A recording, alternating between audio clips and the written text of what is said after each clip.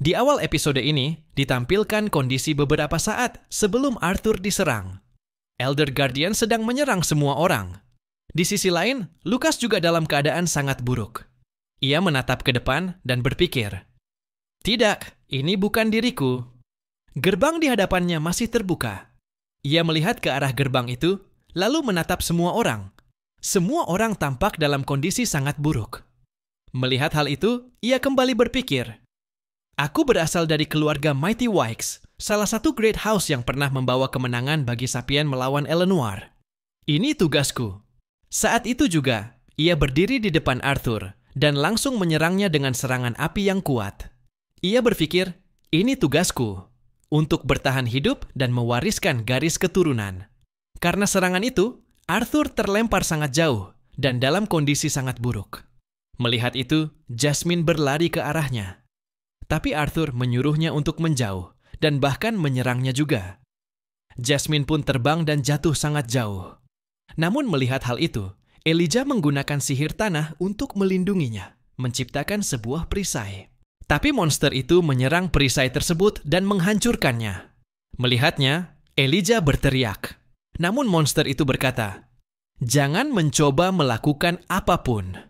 Kalau tidak, kau akan bernasib sama seperti mereka."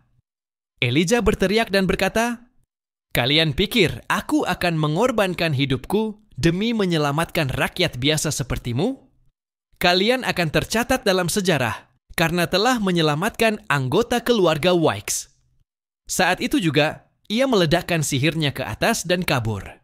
Saat Elijah hendak bergerak, Elder Guardian menyerangnya, menyebabkan ia terpental sangat jauh. Kondisinya juga sangat buruk. Ia berpikir, "Tidak, tidak." Monster itu hampir menyerangnya, hendak membunuhnya. Ia menutup matanya karena ketakutan. Namun tiba-tiba muncul api yang membakar udara dan membuat Elder Guardian mundur sedikit. Saat itu kita melihat Bolt muncul. Ia menyerang monster itu sambil tertawa dan berkata, "Apa kau hanya akan menggertak anak ini saja? Lawan aku!" Mendengar itu, monster tersebut mengaum. Bolt melompat untuk bertarung dan menciptakan pedang api, lalu menyerangnya. Di sisi lain, Elijah melihat Arthur dan Jasmine tergeletak tak sadarkan diri.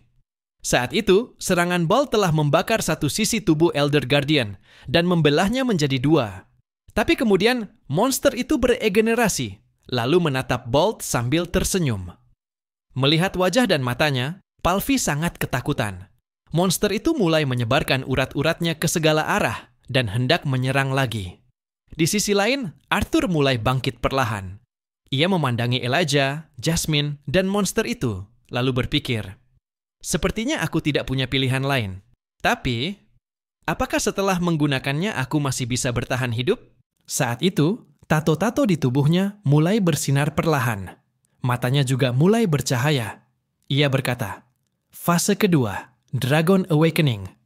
Lalu ia mulai menceritakan, "Saat aku di Eleanor, pertama kali aku mencapai breakthrough. Breakthrough pertama itu adalah fase pertama, di mana aku bisa menghentikan waktu dan memisahkan diriku dari ruang dan waktu. Tapi fase ini sangat terbatas, karena tubuhku sangat kelelahan dan manaku menjadi sangat terbebani. Namun breakthrough kedua, aku tak pernah membayangkannya sebelumnya, karena untuk mencapainya, Elder Varian membutuhkan waktu bertahun-tahun, bahkan puluhan tahun. Tapi aku berhasil mencapainya hanya dalam waktu 2 tahun. Fase itu bernama Integration Phase. Saat itu juga, kita melihat bentuk Arthur sepenuhnya berubah. Warna rambutnya perlahan menjadi putih. Kini ia bisa menyerap mana dari sekelilingnya. Bahkan mana yang sebelumnya tak bisa ia serap, sekarang bisa ia serap lebih banyak. Melihat kebangkitan itu, kita melihat Sylvie yang kini sudah tumbuh sangat besar. Ia berkata, "Papa!" Lalu ia melepaskan buruannya dan terbang sambil berkata, "Aku datang, Papa. Aku akan segera datang." Namun Arthur berkata, "Tidak apa-apa, Sylvie. Untuk saat ini, tetaplah di tempatmu. Jika terjadi sesuatu, pergilah ke Healthy House untukku." Tapi Sylvie menjawab, "Tidak, Papa. Aku bisa membantu." Tubuh Arthur sangat kesakitan. Ia berkata, "Sylvie, tolong." Mendengar itu, Sylvie sempat terdiam. Lalu ia berkata, "Oke, Papa, tapi tolong hati-hati." Sekarang kita melihat Arthur perlahan-lahan maju dengan kekuatannya. Ia melompat tinggi dan menyalakan sihir api. Kemudian kita melihat tangannya mulai membeku, ia mulai mengaktifkan kekuatan esnya dan berkata, "Ayo kita bermain." Melihatnya, monster itu menjerit dan bergerak untuk menyerang Arthur. Saat menyerang, Arthur berpikir, "Aku tidak menyalahkan Varian, karena ia membuatku pingsan saat aku pertama kali mengaktifkan fase ini. Ayo, mari kita aktifkan ini secepat mungkin." Namun saat itu juga, mulutnya mulai mengeluarkan darah, yang berarti fase ini sangat berbahaya baginya. Ia mendekati monster itu dan menyerangnya. Elder Guardian menjerit kesakitan. Kita melihat urat-uratnya mulai membeku. Bahkan tangan Arthur juga ikut membeku. Ia berpikir, "Sial, aku bisa memanfaatkan seluruh ambient mana di sekitarku."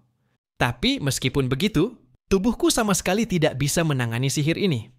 Sekarang monster itu kembali menyerangnya, tetapi Arthur melompat, membekukannya sambil terus maju, dan tidak lama kemudian dia mendekati monster itu dan kembali menyerang sekali lagi.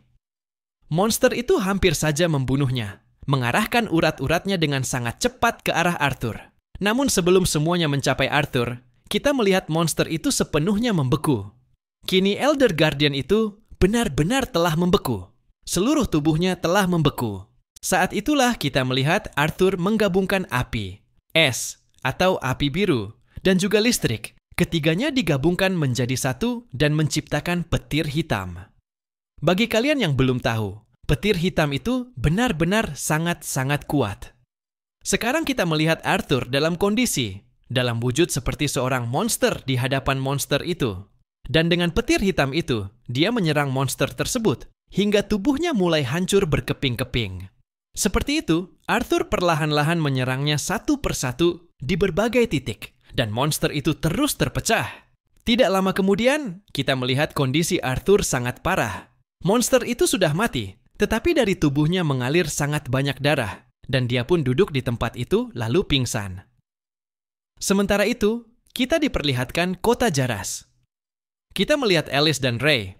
Mereka terlihat sangat bahagia. Tapi tiba-tiba cincin Alice mulai bersinar, yang membuatnya ketakutan dan dia berkata, "Ini tidak mungkin, kan? Cincinnya mungkin sudah pecah, bukan?" Beberapa saat kemudian, Arthur perlahan-lahan membuka matanya. Dia merasa sangat kesakitan. Beberapa saat kemudian, dia melihat ke depan dan melihat Elja. Dia berkata, "Jadi kamu sudah bangun, Arthur." Dengan susah payah Arthur meminta Elja untuk menghancurkan kristal yang ada di sarung tangannya. Elja melakukannya, dan karena sihir penyembuhan, perlahan-lahan Arthur mulai sembuh. Saat sembuh, dia teringat pada Lux dan merasa sangat marah. Tiba-tiba, ketika dia mulai membaik, dia bertanya, "Jasmine bagaimana?" Elja lalu menunjukkan Jasmine yang juga sedang pingsan. Keadaannya juga sangat buruk. Dia berkata, "Aku sudah mencoba menyembuhkan bagian tubuhnya yang terbakar, tapi sepertinya ada kerusakan internal juga." Kemudian, Arthur mengambil klubnya dan sebuah batu permata dan meminta agar dibawa ke sana, lalu dihancurkan. Setelah melakukan itu, perlahan-lahan Jasmine juga mulai pulih. Dia berkata, "Dia mulai bernapas. Sepertinya dia akan baik-baik saja. Mungkin setelah istirahat beberapa saat, dia akan pulih." Ketika Arthur bangkit, Sylvie berkata, Papa sudah bangun. Papa, apakah Papa baik-baik saja?" Arthur menjawab, "Aku baik-baik saja, Sylvie. Kamu di mana?" Sylvie menjawab, "Aku mendengar suara Papa. Aku jauh dari Papa." Arthur berkata, "Bagus, teruslah berlatih." Tapi Sylvie berkata, "Itu tidak penting, Papa." Namun Arthur meyakinkannya dan berkata, "Aku tahu betapa pentingnya ini melalui ikatan kita. Percayalah padaku, Sylvie. Kita hanya sedang beristirahat. Aku akan segera bertemu denganmu." Beberapa saat kemudian, Elja bertanya, "Kamu baik-baik saja sekarang?" Arthur menjawab, "Ya, aku sangat baik, bahkan bisa ikut maraton." Mendengar itu, Elja tersenyum sedikit. Tapi kemudian dia berkata, "Aku tidak tahu kalau orang yang berlatih bersamaku, yang mengenakan topeng itu, seumuran denganku." Begitu mendengarnya, Arthur terkejut dan memegang wajahnya sambil berkata, "Topeng? Topengku?" Dia berkata, "Maaf, sepertinya topeng itu jatuh entah di mana, jadi aku tidak bisa menemukannya." Lalu Arthur bertanya tentang pedangnya. Elijah menunjuk ke belakang dan berkata, "Itu dia. Aku menemukannya. Aku tidak tahu apakah benda itu berharga untukmu atau tidak, jadi aku simpan saja. Kalau ternyata itu sesuatu yang penting, ambillah." Mendengar semua itu, Arthur sedikit tenang dan berkata, "Terima kasih sudah menyelamatkan aku dan Jasmine. Kamu sebenarnya bisa lari, tapi kamu tidak lari." Elijah menjawab, "Tidak, kalau aku melakukan itu, aku tidak akan berbeda dengan si brengsek itu." Lalu dia bertanya, "Tapi, katakan padaku, kenapa kamu tetap tinggal di sini? Padahal Jasmine menyuruhmu untuk pergi dari sini." Arthur tertawa dan berkata, "Karena seorang raja tidak akan pernah mengkhianati rakyatnya. Dan selain itu, aku sudah berjanji pada seseorang bahwa aku akan menjadi orang yang lebih baik dan menghargai orang-orang yang ada di sekitarku." Mendengar itu, Elijah tertawa dan berkata, "Kenapa kedengarannya seperti seorang kakek yang sedang berbicara? Hidup seperti apa yang sudah kamu jalani hingga bisa membuat janji seperti itu?" Tiba-tiba Arthur bertanya, "Ngomong-ngomong, sudah berapa lama kita berada di sini seperti ini?" Elijah menjawab, "Aku tidak tahu pasti. Sepertinya sudah lebih dari 1 hari." Mendengarnya, Arthur perlahan berdiri dan berkata, "Baiklah, sepertinya kita harus tetap di sini sedikit lebih lama sampai Jasmine benar-benar pulih. Jadi kupikir kita harus saling mengenal lebih jauh." Dia mengulurkan tangan dan berkata, "Namaku Arthur, Arthur Lewin. Kamu bisa memanggilku Art." Kita melihat Arthur bertanya kepada Elijah, "Jadi Elijah dari Dar, ini sepertinya tidak alami. Kelihatannya ini logam. Jadi, apakah kau yang menciptakan pelindung logam ini?" Namun Elijah tidak banyak berkata. Mendengar itu, Arthur berkata, "Mungkin saja kau seorang deviant, tapi aku tahu kau hanya bisa memanipulasi logam, bukan menciptakan atau memanggilnya." Mendengar ini, keduanya tersenyum kecil. Arthur lalu meminta Elijah untuk menjelaskan. Elijah menjadi sedikit serius, lalu berbalik dan berkata, "Oke, aku akan memberitahumu. Tapi sebelumnya, kau harus memberitahuku dulu apa yang terjadi denganmu saat itu. Kau tahu, rambutmu berubah jadi putih sepenuhnya, dan tubuhmu dipenuhi simbol aneh. Dan matamu, mereka bersinar ungu terang. Apa artinya semua itu?" Arthur mendengarkan sambil tertawa dan berkata, Oke, aku akan memberitahumu." Elijah mulai bercerita, "Kau benar soal dugaanmu. Aku memang berasal dari Kingdom of Dar, tapi aku tidak yakin dari mana aku sebenarnya berasal. Orang-orang yang membesarkanku, setiap kali aku bertanya tentang orang tuaku, mereka selalu menghindari topik itu. Yang aku ingat dari masa kecilku hanyalah satu kenangan. Ketika aku masih anak-anak, suatu hari aku tiba-tiba merasakan kekuatan dalam diriku. Ketika aku pergi ke sana, aku melihat logam-logam berserakan di sekelilingku. Lalu Elder Rehdeus memberitahuku bahwa aku harus pergi menjelajahi dunia. Bahkan aku tidak diberitahu kenapa mereka mengatakan hal-hal seperti itu. Saat itu, Jasmine mulai bangun perlahan dan bergumam tentang Arthur dan tentang makan ikan. Melihat itu, mereka berdua pun tertawa. Lalu, Elijah bertanya kepada Arthur tentang kisahnya. Arthur pun menjelaskan bahwa ia adalah seorang Quadra Elemental Augmenter yang memiliki 2 devian, es dan petir. Mendengar itu, Elijah sangat terkejut. "Apa? Quadra Elemental? Tapi tanda-tanda di tubuhmu yang bersinar itu, semua itu apa?" Arthur menjawab, "Oh, aku lupa memberitahumu. Aku juga seorang Beast Tamer, dan apa yang kau lihat saat itu adalah Beast Will-ku yang aku lepaskan."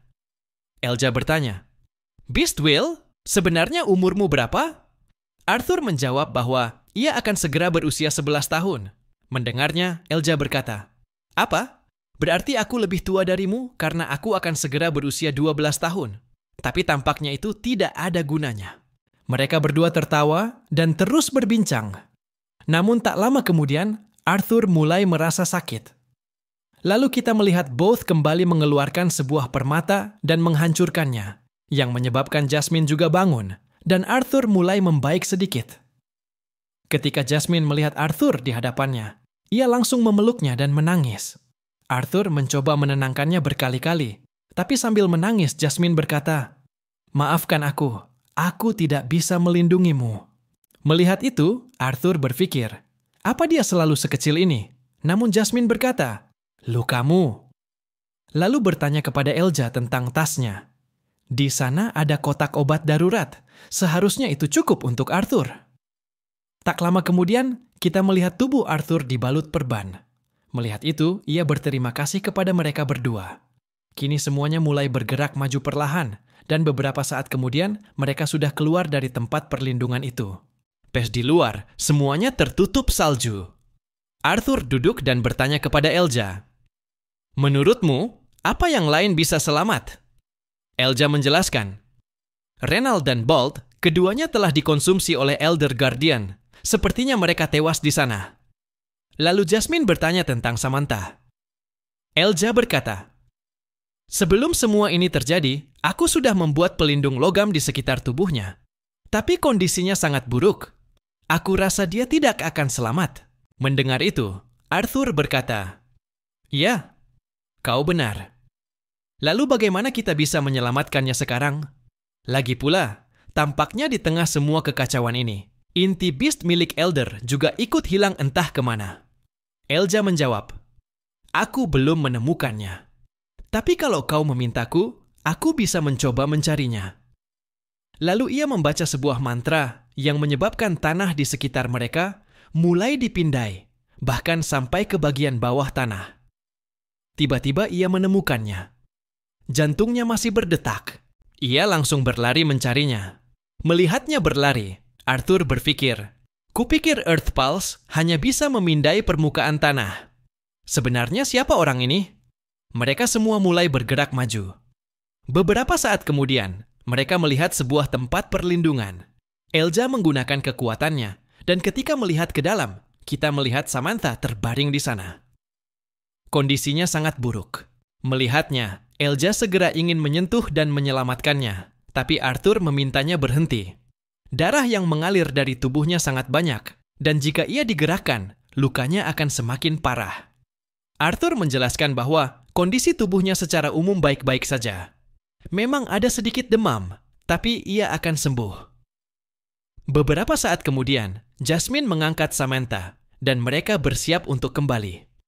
Mereka mulai berjalan, namun Arthur memandang sekeliling dan berpikir, mungkin inti beast milik Elder Guardian terjatuh di antara puing-puing ini. Tiba-tiba, tanah kembali bergetar. Elja kebingungan, tidak tahu apa yang sedang terjadi. Namun Arthur memegangnya dan berkata, "Tidak apa-apa. Kamu tinggal lihat saja." Dan saat itu juga, terlihat sebuah ledakan dahsyat terjadi di sana. Debu berterbangan ke segala arah. Jasmine berpikir, sepertinya. Dan saat itulah Sylvie muncul di hadapan mereka semua. Ia telah menjadi sangat besar dan sangat berbahaya. Ia datang dan berkata, "Papa, aku sudah datang." Arthur menjawab, "Ya, kamu sudah datang. Dan sepertinya kamu telah banyak menambah berat badan dan tinggi badan. Apalagi ya yang harus aku katakan?" Tiba-tiba Sylvie menjilat Arthur. Di sisi lain, saat melihat seekor naga di hadapannya, Elja bahkan tidak bisa mempercayai bahwa itu benar-benar seekor naga. Arthur berkata, "Ya, benar. Ini memang seekor naga." Tapi Elja menjawab, "Jangan lihat aku seperti aku yang aneh di sini. Ini seekor naga di depan kita." Saat itu, Arthur memperkenalkannya. Tapi Elja berkata, "Tapi, bagaimana bisa seekor naga? Bukankah para naga telah punah sejak berabad-abad lalu?" Arthur menjawab, "Ya, justru itu kenapa aku memintamu untuk merahasiakannya." Ngomong-ngomong, Jasmine sudah tahu soal ini. Dan saat itu juga kita melihat Sylvie pergi menjilat Jasmine juga. Di sisi lain, Elja hanya bisa terus berpikir. Seorang anak berumur 11 tahun yang merupakan pengguna 4 elemen. 2 di antaranya merupakan elemen menyimpang, dan dia memiliki ikatan dengan seekor naga. Apalagi yang akan aku lihat? Saat itu mereka semua menaiki tubuh Sylvie. Arthur memanggil Elja. "Ayo Elja." Beberapa saat kemudian, mereka sedang bepergian dengan menaiki punggung Sylvie. Kemudian, saat Sylvie mendarat di suatu tempat, terlihat ada sesuatu yang mirip manusia di depan mereka. Saat melihatnya, Jasmine langsung ingin menyerang, tetapi orang-orang itu sudah melarikan diri terlebih dahulu. Melihat itu, Jasmine merasa sedikit aneh. Di saat yang sama, Elja melihat ke arah Sylvie. Di sisi lain, Samta perlahan mulai bangun. Mereka meletakkannya di bawah. Dan ketika Samta perlahan membuka matanya, ia melihat Arthur di hadapannya dan berkata, "Kamu terlihat cukup tampan tanpa topengmu." Arthur menyuruhnya diam. Tapi dia berkata, "Lihat, aku menemukan ini." Dan saat semua melihat ke arahnya, mereka terkejut, karena di sana ada sebuah topeng dan inti binatang buas Elder Guardian, Beast Core. Arthur pun melihatnya, tersenyum dan berkata, "Kerja bagus, Samta. Ngomong-ngomong, inti binatang buas ini? Kita bisa menjualnya nanti di luar, dan semua keuntungan akan kita bagi rata." Namun Jasmine berkata, "Tidak, aku tidak menginginkannya. Kamu saja yang menyimpannya." Mendengar itu, Arthur menoleh ke arah Elja, dan Elja pun berkata, "Jangan lihat aku seperti itu, aku juga tidak mau." Arthur mencoba meyakinkan mereka, tapi Samta berkata, "Tidak, kamu yang harus memilikinya. Karena kamu, aku masih hidup hari ini." Kini Beast Core itu ada di tangan Arthur. Dia melihat ke arah semua orang. Semua mengangguk dan tahu bahwa memang seharusnya dia yang memilikinya. Lalu Arthur meminta Jasmine dan Elja untuk pergi keluar dan mencari bantuan dari Guildhall. Mendengar itu, mereka berdua pun pergi. Sebelum pergi, Elja meninggalkan tasnya di dekat Arthur bersama dengan beberapa barang yang mungkin bisa berguna. Saat itu juga, Arthur melihat sebuah stroller. Melihat itu, dia teringat bahwa dia harus memberi pesan pada keluarganya bahwa dia baik-baik saja, supaya mereka tidak khawatir. Dan saat itu, ia melihat ke arah Sylvie dan berkata, "Jadi kamu yang sekarang sudah sebesar ini, apakah hanya karena membunuh mana beast dan memakan inti mereka?" Sylvie tertawa dan berkata, "Tidak, ada banyak mana beast, Papa." Lalu Arthur bertanya, "Jadi, apakah kamu masih bisa berubah bentuk?" Mendengar itu, kita melihat Sylvie perlahan-lahan berubah kembali dan menjadi sesuatu yang kecil dan lucu, seperti seekor mana beast naga kecil. Melihat itu, Arthur merasa senang. Namun tiba-tiba Arthur merasa kesakitan. Dia memegang Beast Core itu dan berpikir, mereka masih butuh beberapa jam lagi untuk datang. Sampai saat itu, dengan bantuan Beast Core ini dan tubuhku yang sudah berasimilasi, aku akan pulih sebagian besar.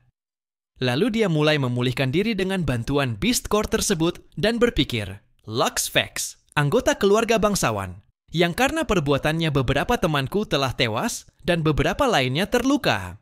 Dan jika aku ingin menyelesaikan semuanya dengan benar, aku harus berhati-hati. Karena satu hal sudah pasti, apapun yang terjadi, apapun yang harus aku lakukan, aku akan membalas dendam kepadanya. Ditampilkan bahwa semua orang datang ke lokasi itu untuk melakukan pemeriksaan.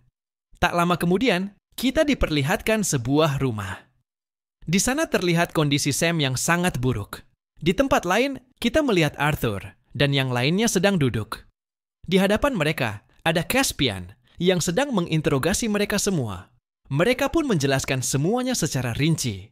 Namun, tiba-tiba Arthur berkata, "Apa ini belum cukup? Aku tahu ini kejadian yang sangat langka, tapi kami sudah mengatakan segalanya." Mendengarnya, Caspian berkata, "Ya, kau benar.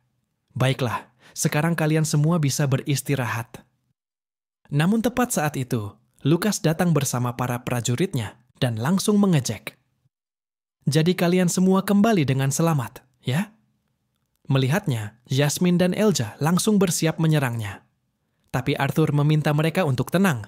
Lukas malah makin mengejek dan berkata, Oh, kenapa tegang sekali? Bukankah kita ini rekan satu tim?" Melihat Lukas bicara seperti itu, Caspian menoleh sekali ke arah Arthur. Tapi Lukas tak berhenti. Ia berkata, "Aku penasaran bagaimana kalian bisa kembali dari sana. Apa kalian harus mengorbankan seseorang untuk membunuh monster mengerikan itu? Mendengar itu, Caspian berdiri dan berkata, Tuan Wykes, menurutku kau harus... Namun Lukas memotong. Sam, kondisinya memang buruk, tapi dia masih hidup. Oh, apa kalian mengorbankan Bald? Tiba-tiba, sebelum ia bisa berkata lebih jauh, sesuatu melintas di sampingnya. Di belakangnya kita melihat belati milik Arthur. Seorang prajurit berkata, Tuan muda, telinga Anda. Lalu kita diperlihatkan telinga Lukas yang telah terpotong dan mengeluarkan darah. Melihatnya, Lukas terdiam dan berkata, Apa ini? Darah dari telingaku? Saat itu, Arthur perlahan berdiri. Semua prajurit bersiap untuk melawannya dan mencoba menghentikannya. Namun Arthur melepaskan auranya. Aura itu begitu mengerikan hingga semua prajurit ketakutan. Tak seorang pun mengerti apa yang sedang terjadi. Lukas lalu berteriak, Apa kalian kesini hanya untuk bermain-main? Tangkap dia! Semua prajurit pun maju untuk menyerang Arthur. Tapi Arthur mengalahkan mereka satu persatu. Caspian berkata, Tuan Note, jika Anda melakukan hal seperti ini sebelum proses sidang, maka... Namun Arthur berjalan ke arahnya seperti hendak membunuhnya, lalu berkata, Maaf, aku hanya ingin mengambil belatiku. Tadi sedikit terpeleset. Lukas sudah ketakutan. Lalu Caspian berkata, Lydia, bisakah kau membawa Tuan Wykes keluar dari sini untuk mendapatkan perawatan? Setelah itu, kita melihat Lydia membawa Lukas keluar. Arthur lalu menyuruh Jasmine dan Elja juga keluar, agar ia bisa berbicara sebentar dengan Caspian. Caspian berkata, Aku mengerti apa yang sedang kau rasakan sekarang, tapi memprovokasi Tuan Wykes seperti itu tidak akan baik untukmu. Arthur menjawab, Dan kenapa begitu? Aku sepenuhnya mampu menghapus keberadaannya. Bahkan identitasku akan tetap dilindungi dari keluarganya. Caspian menjawab, Tuan Blade, apakah kau sedang mengancamku? Kau pikir kau cukup kuat untuk melindunginya dariku? Melihat kemarahan di mata Arthur, Caspian pun sedikit ketakutan dan berpikir, Mata ini, berapa banyak mana beast dan orang yang sudah dibunuh oleh pria ini? Namun ia menjelaskan, apa yang kukatakan tadi bukanlah ancaman, tapi untuk membuatmu sadar. Karena jika kau membunuh Lukas atau keluarganya, maka keluarga Wykes akan mencari tahu, dan informasi itu bisa saja sampai ke Twin Horns. Baik yang sekarang maupun yang dulu. Ya, mungkin kau kuat. Tapi kau harus ingat, Lukas tidak sendirian. Di belakangnya ada kakaknya yang sekuat gunung. Mendengarnya, Arthur lalu berkata, Baik, aku mengerti. Sekarang aku akan langsung ke intinya. Alasanku ingin bicara denganmu. Kau orang yang cerdas. Aku yakin kau tahu betapa berharganya aku bagi kalian dan bagi Guild Petualang. Caspian berpikir, orang ini... Apakah dia seorang agen? Atau hanya terlalu percaya diri? Lalu ia berkata, Kau benar. Aku akan berusaha sebaik mungkin untuk membantumu. Mendengarnya, Arthur berkata, Bagus. Kalau begitu, aku butuh satu hal. Adegan berganti. Tak lama kemudian, Arthur keluar. Elja melihatnya dan berkata, Kau hampir membuatku ketakutan. Apa kau benar-benar berpikir untuk membunuh Lukas? Arthur menjawab, Sekarang belum. Tapi nanti. Mendengar itu, Elja bertanya, Apa kau sungguh akan membunuhnya? Namun Arthur menjawab, Aku lapar. Ayo kita cari makan. Lalu ia pergi meninggalkan tempat itu. Adegan berganti. Kini diperlihatkan proses sidang mereka. Semua orang sudah memasuki ruang sidang bersama hakim. Ketika sidang dimulai, Lukas dijatuhi hukuman dicabut dari timnya serta pencopotan gelar peringkat kelas A dan lisensinya.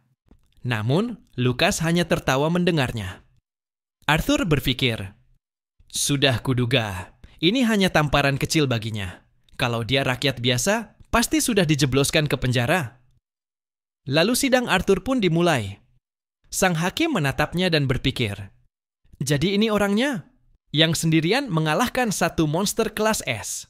Dan saat itu kita melihat hakim melarang Arthur untuk mendekati Lux, karena ia telah menunjukkan permusuhan terhadap Lux. Bahkan, Arthur juga dilarang masuk ke kota Zirus, sampai Lux masuk ke Akademi Zirus. Mendengar itu, entah kenapa, kita melihat Arthur tersenyum sedikit. Namun tiba-tiba ia berteriak, "Tuan, saya menolak hukuman ini. Mengapa saya dihukum seperti ini, sementara Lux yang mengkhianati?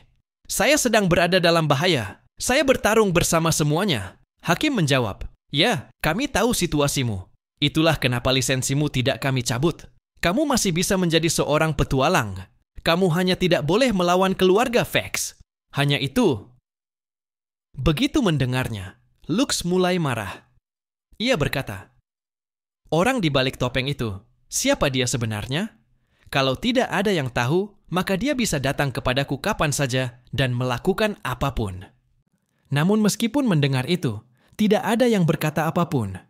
Beberapa saat kemudian, saat sidang selesai, Lux berjalan pergi dengan marah. Ia menoleh ke arah Arthur dan berteriak, "Akan lebih baik bagimu jika kamu tetap 5 kota jauhnya dariku." Arthur menjawab, "Jadi seperti ini caramu mengancam? Apakah kamu takut, anak kecil?" Mendengar itu, Lux ketakutan dan langsung pergi. Arthur juga mulai pergi. Saat itu, terlihat ada seseorang yang hendak membawanya keluar. Namun Jay muncul dan berkata, "Tidak apa-apa, aku akan pergi bersama Arthur. Silakan pergi." Beberapa saat kemudian, Arthur berjalan bersama Jay. Ketika mereka sampai di ruangan hakim, hakim itu berkata, "Aku harap kamu senang dengan keputusan kami, Tuan Not." Arthur menjawab, "Ya, ini sangat baik. Terima kasih banyak atas kerjasamanya." Namun hakim berkata, "Itu bukan untukmu. Akan lebih baik jika setelah ini tidak ada masalah lagi, karena kami tidak bisa terus menyembunyikanmu dari keluargamu jika kamu tidak mengambil tindakan terhadap mereka." Arthur menjawab, "Baik, setelah ini aku akan lebih berhati-hati." Hakim menambahkan, "Kami telah membantumu, jadi ingat itu." Arthur pun menjawab, "Tentu saja, Tuan. Aku tahu betapa sumber dayanya Guild Petualang. Setidaknya kalian tahu siapa yang layak diberi dan bagaimana cara menghormati. Aku akan mengingatnya." Setelah mengatakan itu, ia pergi. Melihat cara bicaranya dan melihatnya pergi, para hakim berpikir, "Caspian benar, anak ini berbahaya." Beberapa saat kemudian, ketika Arthur perlahan keluar dari sebuah gua tersembunyi, begitu keluar kita melihat Sylvie melompat ke arahnya dan berkata, "Papa, semuanya baik-baik saja, kan? Apa sekarang kita bisa pulang?" Arthur menjawab, "Semuanya baik-baik saja. Ayo kita pulang sekarang." Beberapa saat kemudian, ketiganya mulai berjalan pulang. Elja bertanya, "Apa kamu tidak akan menjenguk Samtha?" Arthur menjawab, "Sepertinya akan lebih baik jika aku tidak pergi. Tapi Jasmine, kamu bisa sesekali menengoknya." Jasmine mengangguk dan beberapa saat kemudian, hari mulai sore. Saat hendak berpisah, Elja berkata, "Baiklah, sepertinya sekarang kita harus berpisah." Arthur menjawab, "Oh, aku ingatkan kamu bukan berasal dari Sapin, kan?" Lalu Arthur bertanya tentang rencana Elja untuk masuk sekolah. Elja menjawab, "Sekolah? Untuk sekarang aku belum punya rencana apapun." Arthur menjelaskan, "Tidak masalah. Dengan kemampuanmu, jika kamu berlatih dengan baik, aku tidak rasa itu akan terlalu sulit bagimu." Namun Elja berkata, "Aku mengerti maksudmu, tapi bagaimana aku bisa masuk ke sekolah sihir terbaik di benua ini? Mungkin aku memenuhi kualifikasi, tapi aku tidak punya cukup uang." Saat itu Arthur memegang bahunya dan berkata, "Biarkan kakak besarmu ini yang khawatir soal itu. Kamu tidak perlu pusing, aku akan urus semuanya. Jasmine, bisakah kamu mengantarnya pulang? Hal pertama yang harus kita lakukan adalah merawatnya."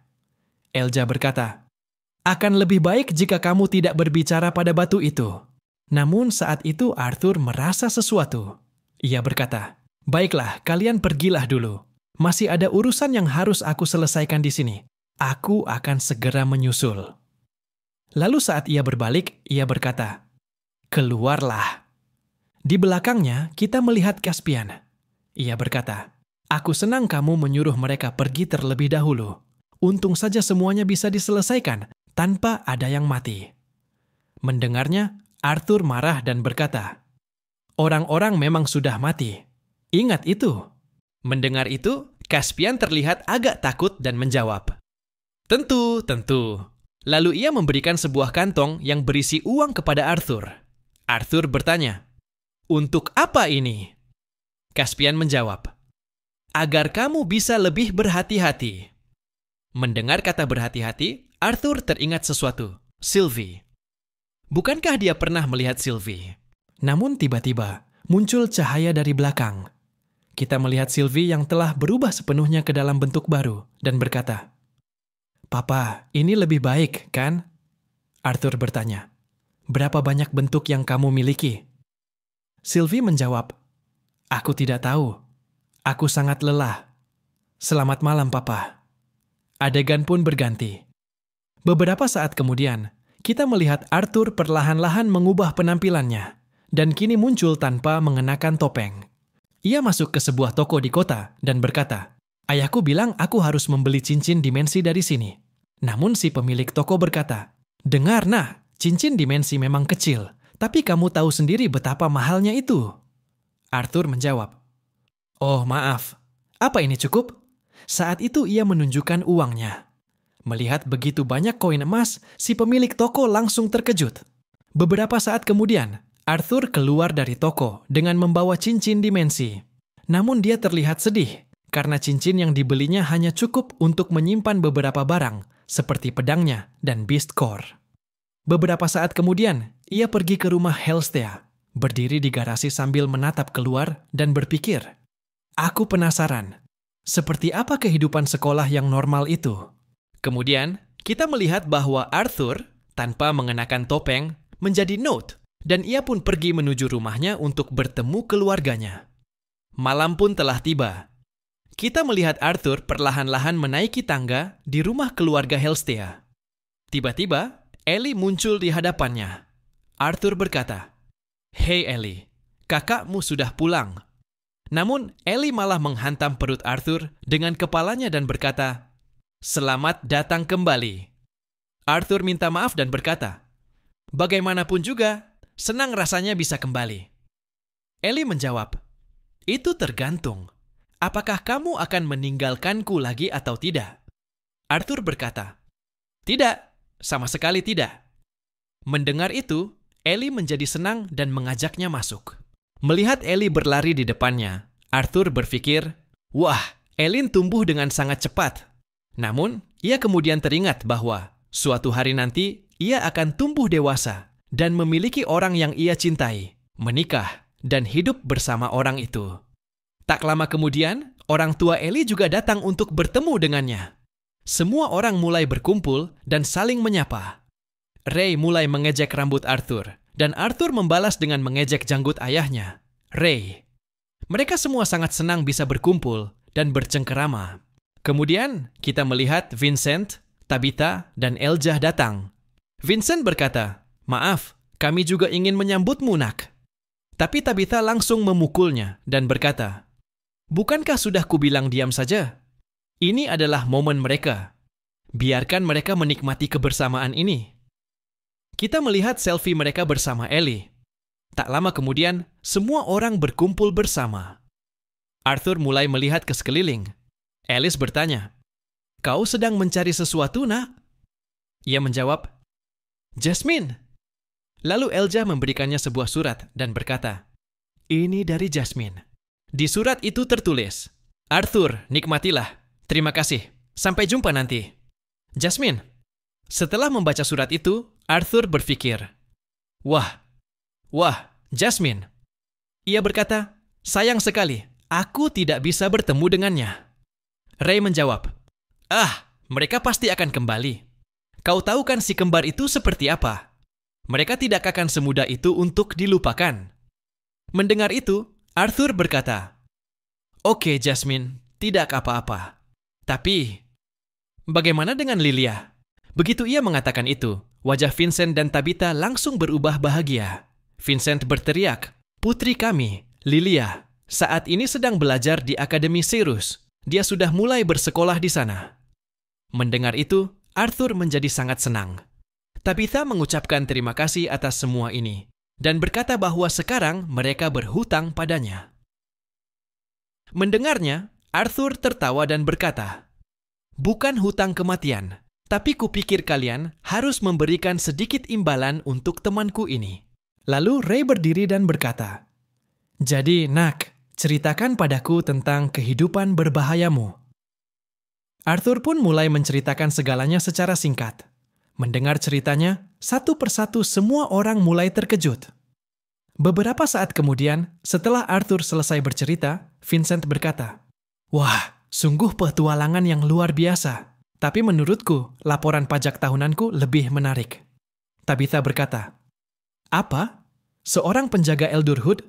Membayangkannya saja membuatku takut." Buku dulu menakut-nakuti aku dengan cerita tentang penjaga itu supaya aku bisa tidur. Dan kini memikirkan bahwa kau telah melawannya dan menang. Itu benar-benar aneh dan menakutkan." Kemudian Arthur bertanya kepada ayahnya tentang tahap kekuatannya saat ini. Ray menjawab, "Nak, bagaimana ya? Aku masih di tahap oranye gelap. Entah sudah berapa kali aku mencoba, tapi aku belum bisa menembus batas itu." Mendengar itu, Arthur berkata, "Oh, sempurna. Kalau begitu, ini untuk ayah." Ia pun menyerahkan inti binatang buas kepada ayahnya. Ray berkata, "Nak, bagaimana aku bisa menerima ini? Kau mempertaruhkan nyawamu untuk ini." Tapi Alice berkata, "Lihat, hadiah apa yang dibawa anakmu. Sebuah inti binatang kelas A yang sangat berharga." Namun, Alice tampak tidak begitu senang. Ia berkata, kekhawatiran yang ia sebabkan tidak sebanding dengan inti ini. Arthur berkata, "Ayah, simpan saja. Karena ayah harus menyusulku. Tahu tidak, aku sudah di tahap apa sekarang?" Ray menjawab, "Nah, jangan bilang kalau kau..." Arthur menjawab dengan senyum, "Aku sudah di tahap oranye terang." Mendengar itu, Vincent dan Tabitha benar-benar sangat terkejut dan senang. Ray pun menjadi termotivasi dan berkata, "Baiklah, kalau begitu, kalau nanti kau bertarung melawan ayah, ayah pasti akan mengalahkanmu." Arthur pun tertawa senang. Adegan berpindah. Saat Elijah sedang mandi, Arthur tiba-tiba masuk ke kamar mandi. Elijah terkejut dan berkata, "Hei, aku benar-benar telanjang. Tahu tidak?" Arthur menjawab, santai saja putri. Lagi pula karena uap ini, aku tidak bisa melihat apapun." Elijah bertanya, "Benarkah?" Arthur menjawab, "Tentu saja." Lalu mematikan keran air. Kemudian, sambil mengeluarkan topengnya dari dalam tas, ia berkata, "Banyak hal telah terjadi. Sylvie, bukan?" Sylvie menjawab, "Iya, ayah. Bahkan aku sekarang sudah lebih tinggi dari ayah." Mendengarnya, Arthur tertawa. Kemudian, setelah selesai mandi, Elijah keluar dan berkata, "Ayo, sekarang giliranmu. Ngomong-ngomong, kau sedang mencari apa tadi?" Arthur menjawab, Tidak. Hanya ingin membantu Paman Vincent." "Oh iya, aku juga sudah bicara dengan mereka tentangmu dan Akademi Exyrus." Mendengar itu, Elijah tampak sangat bersemangat dan bertanya, "Apa? Lalu, apa yang mereka katakan?" Saat Arthur berjalan pergi, ia berkata, "Mereka bilang, tentu saja." Malam pun tiba. Kini Elijah sangat bersemangat untuk pergi ke Akademi Exyrus. Ia terus membicarakannya dan bertanya pada Arthur, "Kalau kita ke sana, pasti kita akan belajar banyak, kan? Soalnya itu adalah akademi terbaik di benua ini. Menurutmu bagaimana?" Arthur menjawab, "Tapi tetap saja, kita berdua pasti akan jauh lebih terampil dibanding semua siswa tahun pertama di sana. Bayangkan saja, mungkin akan sedikit membosankan." Elijah menjawab, "Iya, kau benar. Tapi tetap saja, semua siswa di sana berasal dari keluarga-keluarga hebat. Belajar dari mereka dan bertemu mereka pasti sangat luar biasa." Arthur berkata, "Kurasa akan lebih bermanfaat bagiku untuk mempelajari atribut petir dan es." Namun entah mengapa, saat menggunakan atribut petir, seolah-olah atribut itu menyerap terlalu banyak mana dari tubuhku. Dan di sisi lain, es itu. Bahkan ketika aku menggunakan Beast Will-ku, Aku tetap tidak bisa mengendalikan es itu. Lalu Elja bertanya tentang Lukas. Dia berkata, Lukas bahkan tidak tahu siapa aku. Dan sampai aku benar-benar yakin bahwa aku bisa menghabisi seluruh keluarganya, aku tidak akan melakukan apapun padanya. Lalu Arthur sambil berjalan-jalan berkata, ngomong-ngomong, kenapa kau membuat tembok bantal ini? Apa ini perlu? Elja menjawab, ya, tentu saja perlu. Ini sudah cukup aneh 2 laki-laki tidur di ranjang yang sama. Tapi kemudian Arthur berkata, lalu kau lebih suka kalau aku seorang gadis. Mendengar ini, Elja seperti malu dan kemudian bertanya pada Arthur. Ngomong-ngomong soal perempuan, menurutmu apakah aku bisa mendapatkan pacar di Akademi Cyrus? Arthur menjawab, ya, pasti kau akan dapat. Seorang gadis berambut hitam yang memakai kacamata. Kalian bahkan akan punya anak yang juga akan berambut hitam dan berkacamata. Mendengar itu, Bu berkata, kau pikir apa? Anak-anak lahir langsung dengan kacamata? Lalu ia berkata, sekarang pergi tidur. Mendengar itu, Elja tertawa dan akhirnya tertidur. Adegan berganti. Kini sudah pagi. Arthur telah bangun. Vincent menghampirinya dan berkata, Hei Arthur, selamat pagi. Ngomong-ngomong, kemarin kau bilang ingin bertemu dengan seorang penemu, kan? Aku sudah menjadwalkan pertemuan. Namanya Gideon. Dia bukan hanya terkenal, tapi juga telah menciptakan banyak penemuan untuk Sapin. Dia akan datang ke kota Sirus dalam waktu 3 hari. Jadi, sampai saat itu, kau bisa mengurus urusanmu atau ikut denganku berkeliling kota. Namun Arthur bertanya, senang mendengarnya. Oh ya, jadi apa yang terjadi di pusat kota waktu itu? Vincent menjawab, oh, kau belum mendengarnya. Keluarga kerajaan dari Sapin, Eleanor, dan Darth sedang bertemu untuk mengumumkan sesuatu. Lalu Vincent bertanya, tapi lupakan itu dulu. Kau ingin bertemu dengan seorang penemu? Boleh aku tahu kenapa? Arthur tidak menjawab, hanya berpikir dalam hati. Sudah saatnya aku menggunakan sedikit pengetahuanku dari kehidupan masa lalu.